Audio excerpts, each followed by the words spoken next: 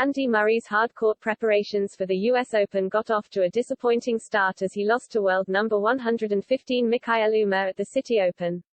Murray, who appeared to struggle physically at times throughout the match, crashed out of the Washington tournament in the first round despite being loudly backed on the stadium court, particularly as he launched a second-set fightback where he won 5 of the final 6 games.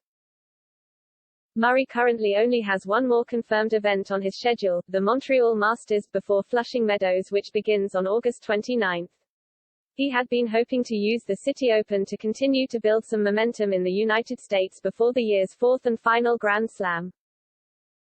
Yet the former world number 1 squandered 4 set points in a 1-hour, 20-minute first set. At one point he led the tie-break 6-4, but he eventually lost the first set 7-6, 8. He launched a comeback in the second set much to the delight of the crowd. He came from 3-1 down to win 6-4 and force a decider.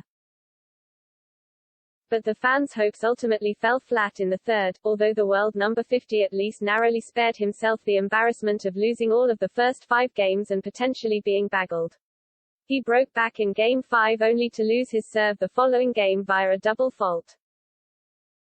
Ymer, 23, broke the Briton 3 times in the third set, and the Swede, who had not played on a hard court since February before this, eventually won 7-6, 4-6, 6-1 in 2 hours and 50 minutes.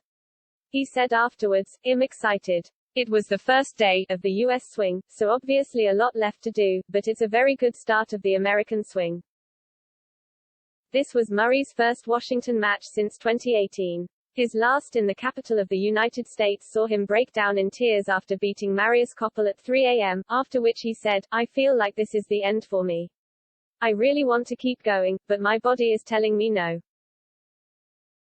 Murray is now facing fresh calls to retire, but the 2-time Wimbledon champion batted back those suggestions before facing Ymer. "There's a lot of people that feel like maybe I shouldn't be playing," he told the Washington Post. "But I love tennis, and I love competing. And I feel like I can get better than where I am today.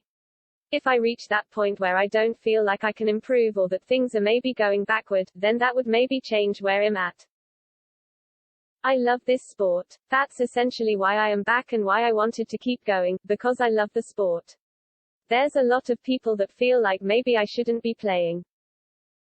Murray had withdrawn from the ATP 250 Atlanta Open after reaching the quarterfinals of the Hall of Fame Tennis Championships in Newport, Rhode Island, where he lost to Alexander Bublik. He vowed that his grass season had been a bit up and down, but added, "A little bit of progress overall, and he'll try and keep that going through the hard-court summer." Murray is eager to avoid injury heading into the US Open after the 46-time title winner, now 35, picked up a problem that hampered his Wimbledon. He sustained a problem while playing at Queen's and then fell in the second round at the All England Club to John Isner. He will next play in Montreal, August 7-14, but is still undecided on whether he will play the Cincinnati Masters, also known as the Western and Southern Open, the following week. He could also play ATP 250 Winston-Salem Open, August 21-27, to help his chances of an automatic entry into the US Open draw. Though Murray lost in Washington, fellow Briton Kyle Edmund saw off Japanese qualifier Yusuke Watanuki 6-4, 7-6, 8.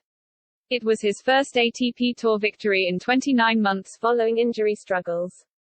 He will take on another British player in Dan Evans next up, while Ymer faces Aslan Karatsev of Russia.